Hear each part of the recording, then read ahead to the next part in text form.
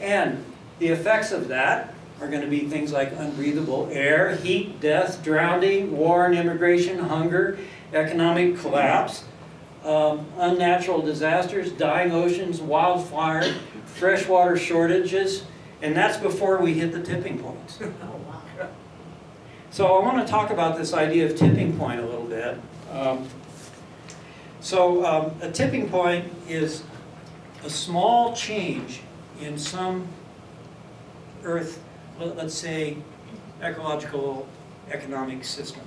A small change in a system that has a very large effect. That's what a tipping point is. So let's imagine that you've got like a glass of water on the table here. A glass, just an empty glass. And you take that glass and you just tilt it a little bit and let go. So it's going to come back into position, right? And then you tip it a little further and it'll come back into position. And you tip it a little bit further and all of a sudden it starts to tip over and it goes faster and faster and faster. And it hits the floor and disintegrates into a bunch of shards of glass. So it went from one stable state on the table down to another stable state on the floor. But the one on the floor is a disaster. And so the tipping point, that's just a kind of one example of it. So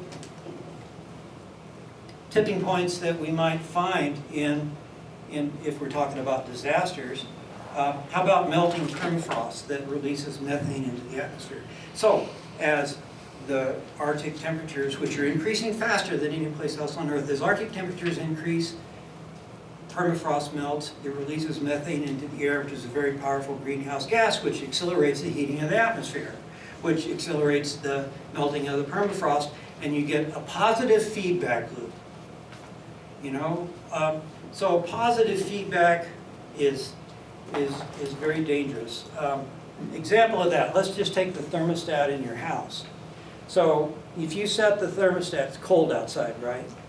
So you come in the house, it's 55 degrees, and you turn the thermostat, and you only set it for 68, right? Because I know you're all conscientious people.